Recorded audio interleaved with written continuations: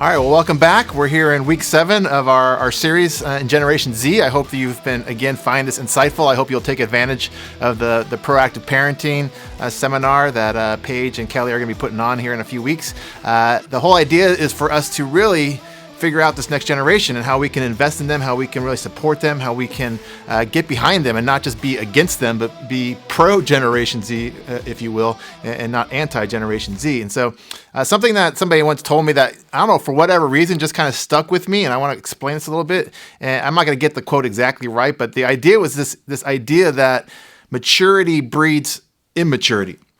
And maybe that sounds counterintuitive, that maturity would breed or give birth to, in a sense, immaturity. But I love this idea, as you're kind of unpacking it with the person who shared it with me, is this idea that it's the mature who should be able to handle the immature. And that's why if you have somebody who gives immature people give birth to immature people, then you have a real problem, because the mature people are the ones that's supposed to be able to handle the immature people, because they're the ones that are going to help the immature people become mature people. And if immature people don't have anybody who's mature ahead of them, then who's going to help them become mature? And so I just really appreciate this idea that if you're mature in your faith, then you should be able to deal with and put up with and handle immature people, because your whole intent with them is that you would help guide them to become mature. And that's the only way they're going to mature. And so I like this idea because I feel like it's displayed in Paul's letter to Titus.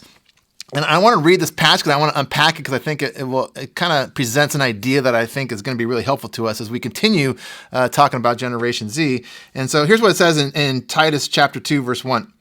It says, "You," talking to Titus, "however, must teach what is appropriate to sound doctrine. Teach the older men to be temperate, worthy of respect, self-controlled, and sound in faith, sound in love, and sound in endurance."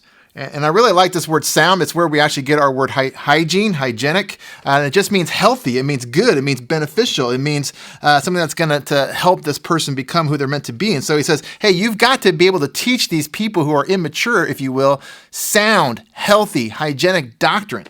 And he says, hey, you got to be worthy of respect. You got to be self-controlled. You got to be sound, hygienic, healthy in your faith. You got to be sound, healthy, hygienic in your love. You got to be sound, healthy, hygienic in your endurance. And he's saying you have to live this out. And he's going to keep going. This is what he's going to say. He's going to say in verse 3, he's like, likewise, he's like, teach the older women to be reverent in the way they live, not to be slanderers or addicted to much wine, but to teach what is good. He's like, you have to teach these older women to be teaching others.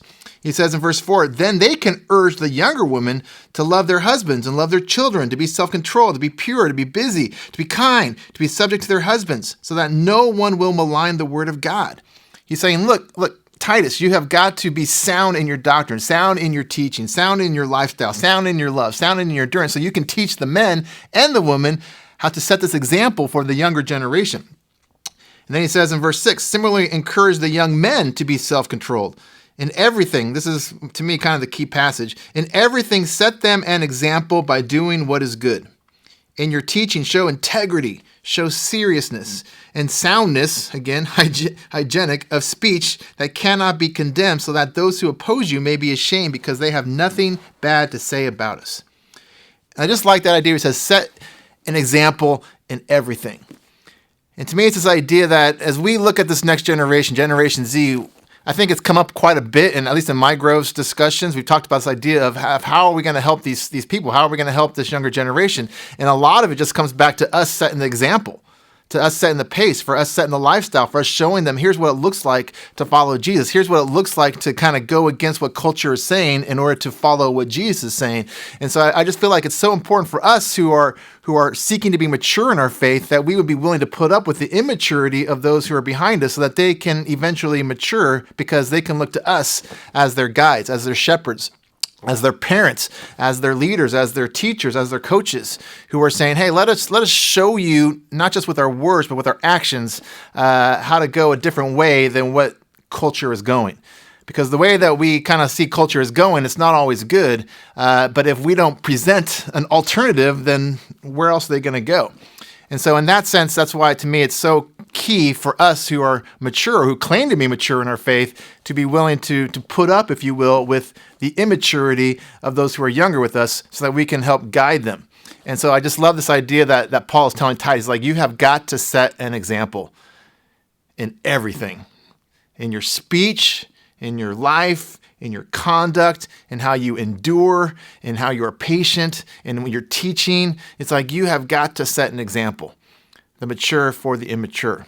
And so as we continue, we only have a couple more weeks left. I just want to keep planting this idea in you that that's got to be the role that we are willing to take. And that's one of the reasons why at Rising Church, it's part of our just DNA that we're going to be intergenerational. We're not going to just separate everybody out and say, okay, you young people, you just hang out with each other, the immature with the immature. You don't have any access to anybody who's older than you or more mature than you, not just when it comes to like high schoolers or middle schoolers or even younger than that, but also when it comes to kids in college or when it comes to their 20-somethings or even the 30-somethings. It's like we want to have relationship with each other so that we can set an example for others in speech and life and everything else. And so that's one of our key components of who we are at Rising. And I think that's something that's got to be system-wide. That's got to be something that we all embrace.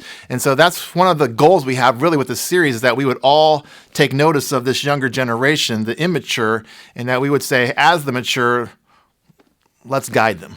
Let's show them the way to go. Let's be examples for them when it comes to everything. And so that's a challenge, I think, that will hopefully resonate with every single one of us, whether you have kids or not. That's what it means to be church, and that's what it means to follow God, and that's what it means to follow the example of Paul and what he's telling Titus. And so food for thought, as we come to these last couple of weeks, just plant that in there and let it guide your discussion today and as we continue the series. So we'll see you next week.